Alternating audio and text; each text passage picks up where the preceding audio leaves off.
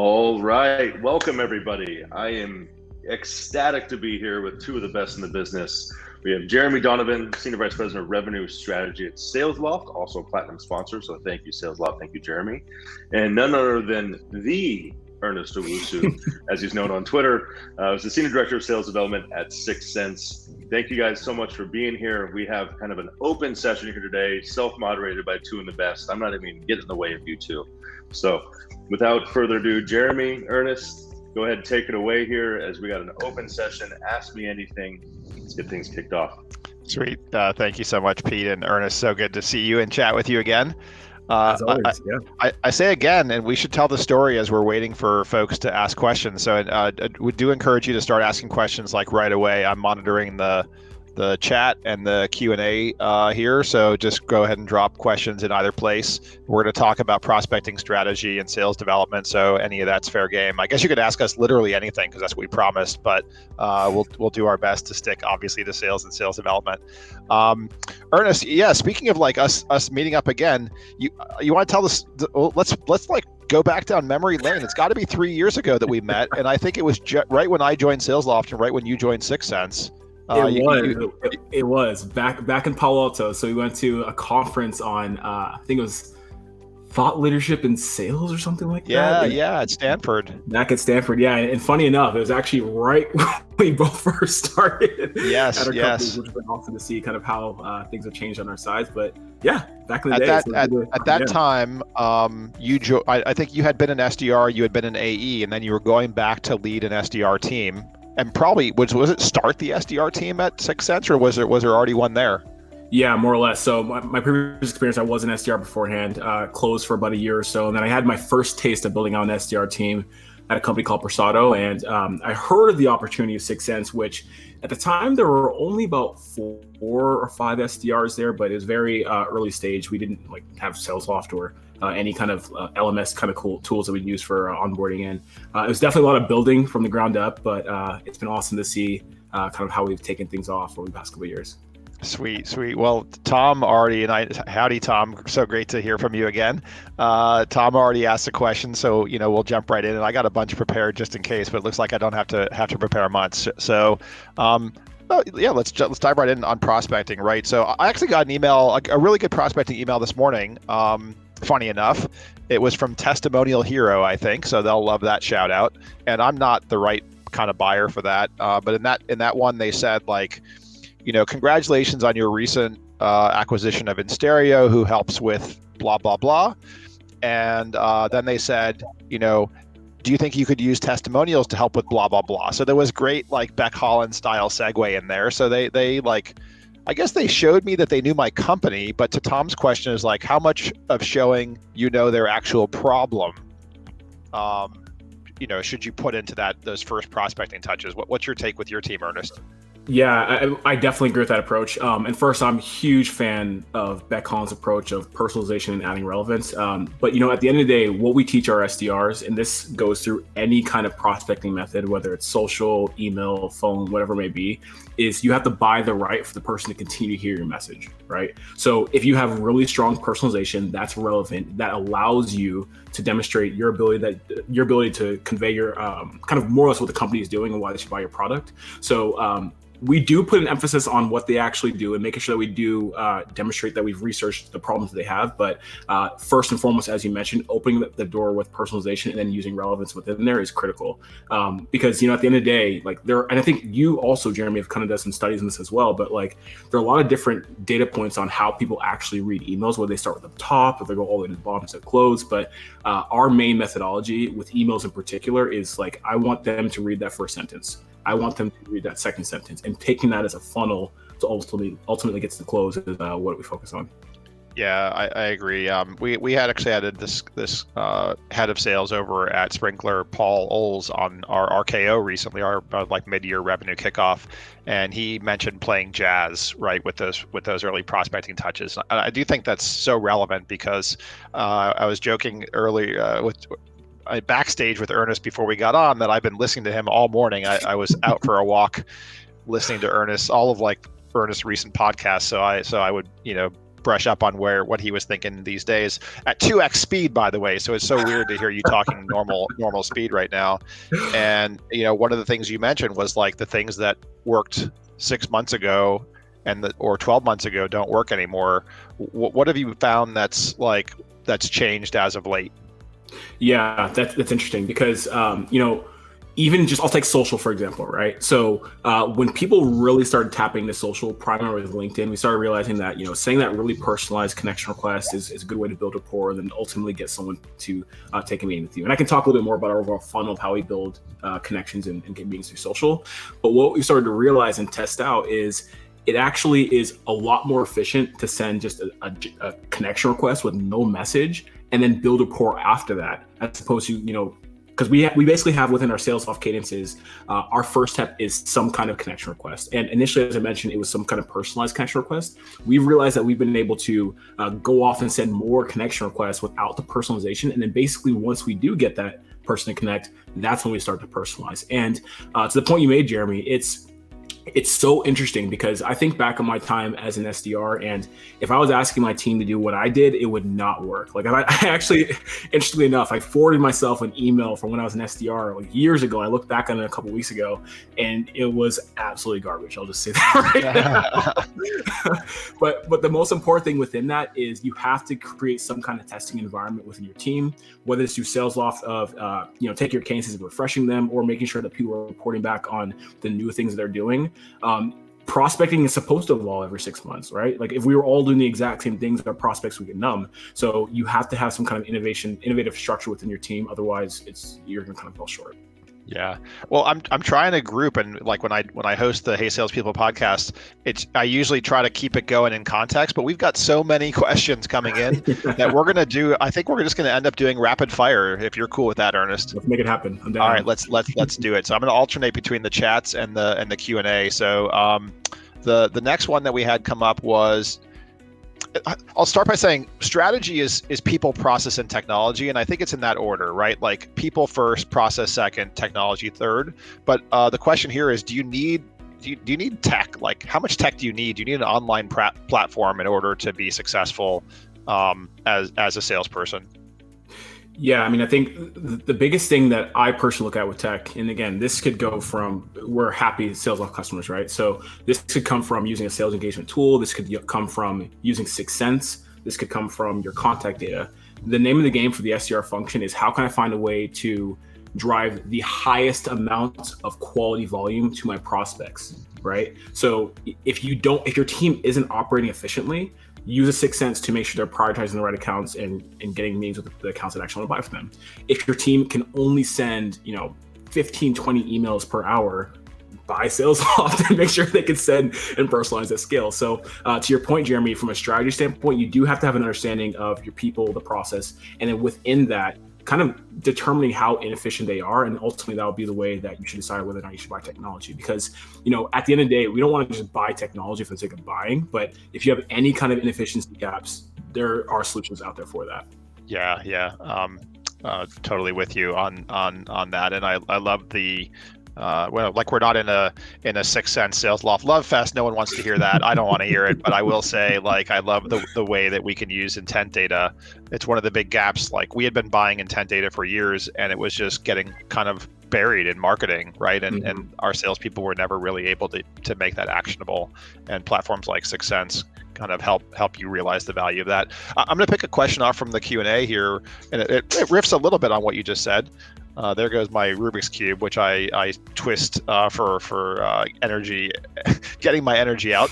The person asked, how do you personalize emails at scale? But I think maybe I'll even ask it a different way, which is personalization at scale? Is that a non sequitur? Can you actually personalize at scale?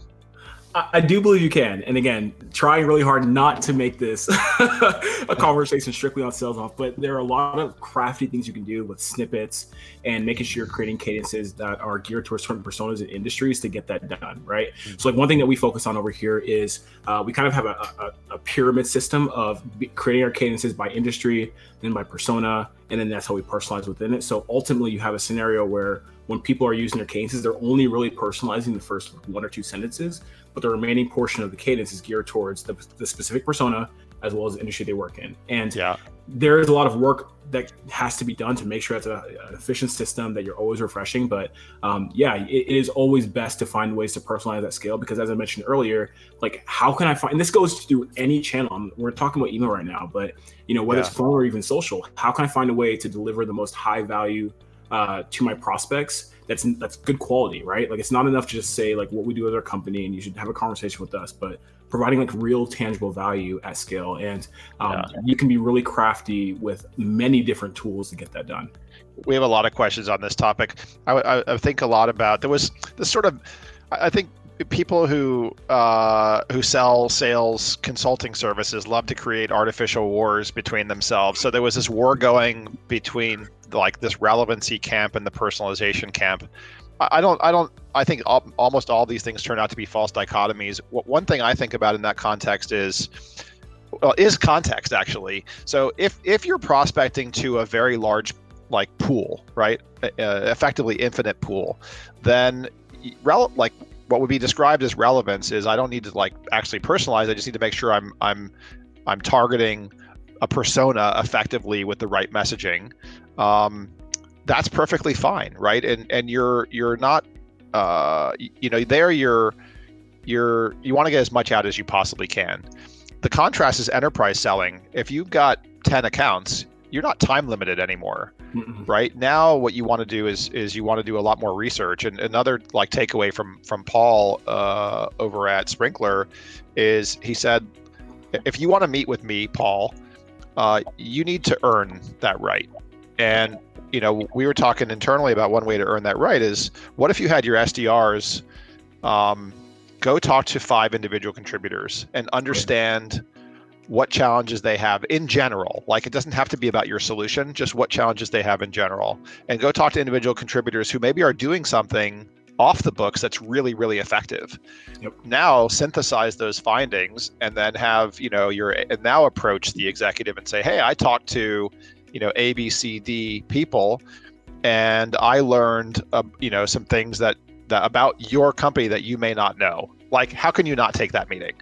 Exactly. And it's interesting because, it's great to hear that you're doing that. We're actually testing that out over here at 6 Sense.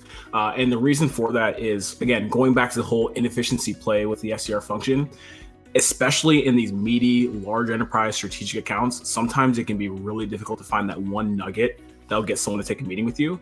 And you can create systems through like a SalesLoft where you're sending out cadences to individual contributors purely for the sake of just gathering intel. I want to have a conversation with you about 5-10 minutes just to learn more about your business. And if you have the ability to do that, your message is so much stronger than anything you can find through a 10K, through Google News, whatever it may be, because it's what's actually going on with the company. And chances are you're going to be able to use the exact same lingo that they're using to try and solve their problem. So it's cool to hear that you're testing it out and doing that. Yeah. You're also doing the exact same thing, but primarily in that large enterprise space, it's very effective. All right, I promised you, we haven't even mentioned the fact that you were in the NFL, but hey, he was in the NFL. And I don't talk about it because it's all sports ball to me. I couldn't even tell you who won the Super Bowl last year. It's terrible. Well, I can definitely tell you last year because I played with that team. So I promise you. It must have been. It was either Minnesota or Tampa Bay. So it must have been Tampa Bay, right? It was. Yeah. Yeah. Got it. But someone did ask a question, and I'm picking up on this question because it actually relates to something I heard you say when I was listening to your podcast earlier. So that was, what kind of mindset do you implement to be successful in sales? And what I want to pick up on. So I'm going to fast forward through some of it. But you said something on the podcast which was like, Hall of Fame players, you think they're super well-rounded, but not necessarily. What they are is really, really great at a small set of things. Yep. So to jump the NFL back into sales, when you've looked at SDRs who are incredibly successful, mm-hmm. What was the one or two things that they focused on? Yeah, that's a good question. And I think there are a lot of different qualities that make great SDRs, but I think kind of to what I mentioned earlier, and it definitely applied to how I was as an SDR, we all have our strengths and weaknesses. Part of your job as an SDR is to identify them with yourself or your manager and just really hit home on those. Ideally, we are all well-rounded, and that's kind of how you have to prospect nowadays, taking very much a multi-channel approach. But what I've always noticed is And this actually goes back to a book that you wrote, Jeremy. So it's a really good book on the SDR qualities. But I've noticed people that have that conscientiousness of basically being hyper competitive, very detail oriented, able to kind of connect the dots with certain aspects of a company and bring it back to why they should buy from you. That's, in my opinion, like a multiplier. I think, at the end of the day, with the role, it's pretty easy to identify people who are going to work really hard or people that want to become a salesperson. I think people are so used to hearing that as a question in the interview process. But I've noticed that conscientiousness is critical, and also that business acumen helps out a lot, right? And we're talking about even the example earlier of like those large enterprise and strategic accounts.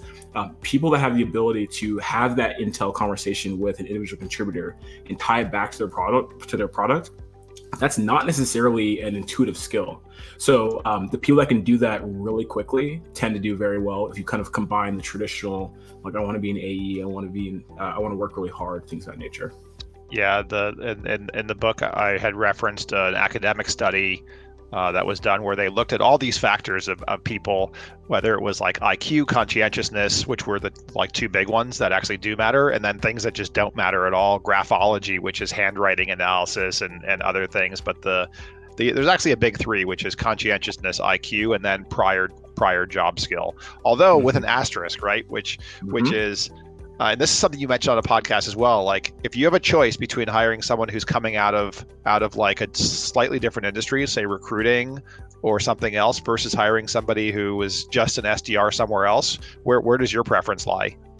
Yeah, honestly, I tend to hire for traits, right? So typically people that have that SDR experience, then their growth opportunity might be easier. It might be easier for them to learn the skills and get on the ground quickly. But I'm trying to hire the best, the cream of the crop. And just because you have that SDR experience doesn't necessarily mean that you're going to be better than someone who potentially didn't go to college or work in the restaurant industry, right? So yeah, hiring for traits, and especially if just kind of call it like it is, like as someone who comes from an underrepresented background, I really want to prioritize DEIB efforts to make sure that I'm bringing everyone else into my team as much as I possibly can. And I understand the fact that sometimes people don't necessarily have those opportunities, and I've seen amazing SDRs who have no experience and on paper don't look like a great SDR from traditional norms, but because they have those traits, they do very well. So it's a bummer that a lot of organizations get really caught up on like specific experience as the only way to qualify someone for a role, because they kind of sell themselves short on their opportunities to bring some really good people in. Yeah, I mean, to your point, I did a study on SDR hiring. I looked at 2,000 SDRs to figure out what mattered and what didn't matter. And to your point about college, like college rank doesn't matter. Going to college doesn't even matter. In fact, I was talking to the CEO of Reveneer, who's like an SDR outsourcing company, and they to exactly what you said, they love hiring out of hospitality, right? Mm-hmm. They love hiring people who are waiters and waitresses and hosts and hostesses and restaurants, baristas, like people who are used to communicating in that way every day. Yeah. Getting back to some of the questions that we're getting coming in, I love this one, which is, and I have a strong opinion on this. I'm curious what your opinion is. Should SDRs be hybrid, inbound, outbound, or should you separate those? Yeah, it's a very interesting question, and I think a lot of people have strong opinions on that. I tend to lean towards identifying what your capacity is. If you're in a hyper lead volume capacity where you're getting a ton of inbounds, have a strict inbound team. If the ratio of outbound meetings to inbound meetings is like 60-40, then it's probably fair to have them kind of splitting the difference of the both. But I think it's more on the model you have. If it's a lot of inbounds and a ton of leads to go through, then probably having a strict team for that. But if it's not the case, where there's some kind of mixed bag, then having an outbound team that does both is effective.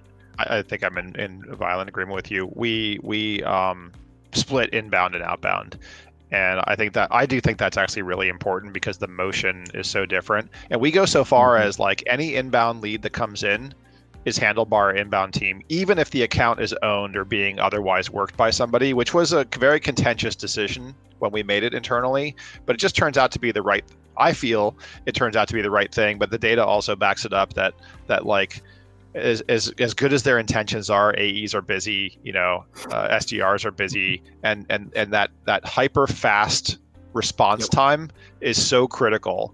So the benefit that you get from sort of separating those things, I think, is so important. We also have our inbound team reporting to marketing and our outbound team reporting to sales, which is like a whole other question you handled on one of the podcasts I listened to you on. Someone asked if you have your own podcast or if you're on others. I listened to you like on a whole bunch of podcasts. You don't have your own yet, do you? I don't, but I'm sure you can kind of search around and find some things out there, but I don't have my own yet. I say yet. You gotta. I actually have co-hosts these days from other companies, so maybe I'll loop you in to be a co-host. Let's do that. Another great question here, which is all around. I'm looking through the bartender thing, by the way, just kind of distracted me on that one, that someone said bartenders make great SDRs, and they absolutely do. When you're encouraging your reps to kind of engage, and we have a lot of questions in there about the first couple of sentences. Let's say, let's talk about intent. Let's bring intent data back. Like, let's say you have a signal that says a bunch of people from a company are sniffing around 6 cents. Yep. Is the first, are the first couple sentences like, I noticed your peers at XYZ Co have been checking out 6 cents, or what do you actually do? What do you do to engage folks in that situation? Yeah, I'm glad you asked that. And it's funny because, the easy, natural thing is going to be for an SDR to want to do that, to say, I see that you're researching this, or I see you're on this website. I'd encourage you all not to do that, because think about it this way, right? So many of us out there have some kind of sales engagement tool, and we can very visibly see our opens, clicks, engagement. If I responded to an email from someone saying, I see you clicked my email 12 times, what do we all think is going to happen with that? They're probably not going to be too happy about it. Some people will, some people won't. It's creepy. Yeah.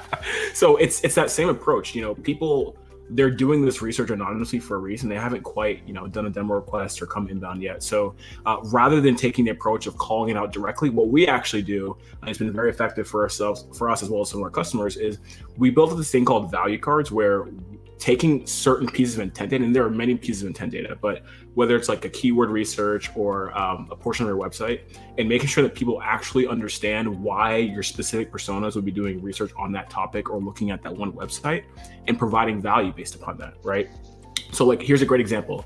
Many of us have a pricing page on our website. If you see that someone is on your organizations are on your pricing page, having messaging where, here's a buying guide on how to make the decision of whether or not you should buy my product versus, our competitors, right? You're giving them something tangible, what they actually care about, as opposed to calling out directly saying, I see you're on my pricing page, so let's have a conversation about pricing. So it really takes teams to actually understand the intent data and why their target personas will be doing that research, and provide tangible value to the best of your ability to make sure you're securing the meeting. Yeah, brilliant. We have 2 minutes, and I want to hit one final question here, which I think is an awesome one, which is, how do you measure success with your SDR team? Yeah, and there are a lot of different ways to do so. I think you can kind of look at it from like a pipeline standpoint as well as activity. So we have our own activity metrics that we track the team on in terms of emails, calls, social. We use Alice for gifting as well. But the one thing I kind of want to harp on, I think a lot of people struggle with measuring success on the SDR front, is opportunities, whether you goal them on just meetings, on like your SAL or an SQO. I've played around with this for years. I'm like, what's the perfect model? And I've finally come to the conclusion that having a split between like a good first meeting and qualified pipeline, where you pay out a little bit more on the good first meeting, just because that's typically what most of the SDRs can control, has been the best thing for us. And I've also noticed that, though you do pay a little bit more for that first meeting that goes well, having just a portion of the compensation tied to an SQO or qualified opportunities and kind of holding the team accountable to that still ensures that good quality pipeline comes through. So you're paying both on first meeting held as well as qualified opportunity. Exactly. Interesting. Yeah. So we pay. I like that, actually. I think we'll change to your model. We pay on like the first meeting was held and the AE marked it as a qualified opportunity. That's what we pay on. I will say, like, one other thing I track is I do this 2x2 for the SDR team, which is activity on one axis and opportunities per activity, or vice versa on the other one. Because what I want to track I track that for every SDR every month, and what I want to see is the progression of people having to do fewer activities to get a qualified op over time, right? That means they're getting more effective. And you do see that there is a learning curve associated with it. So as like a leading indicator, I think that sort of activities per op or ops per activity is a really awesome metric. With new SDRs, it might take them 400 activities to get a qualified op, and experienced XDRs who are about to become AEs, it could be 100, it could be 80, it could be fewer. Inbound, that's a different story, but this is all outbound. Well, cool. Until so I guess there we go. Perfect timing. We're getting the hook. We have so many unanswered questions, but Ernest, I just want to say huge thank you, dropping knowledge right and left, and so good to see you again. Yeah, you too. I appreciate it. Thank you. Yes. No, thank you, Jeremy, for being an incredible moderator and host. Always fantastic to have you. And of course, everybody, if you do have more questions, feel free to drop by the SalesLoft booth or the 6th Sense booth. Make sure Ernest and Jeremy, I'm sure you guys will be around all day, or someone from your companies will be around all day to get in touch with them. So thank you, everybody. We'll talk to you later. Make sure to continue going to the sessions. We got plenty more lined up. Thank you, Ernest. Thank you, Jeremy. Thanks, everyone. See you guys.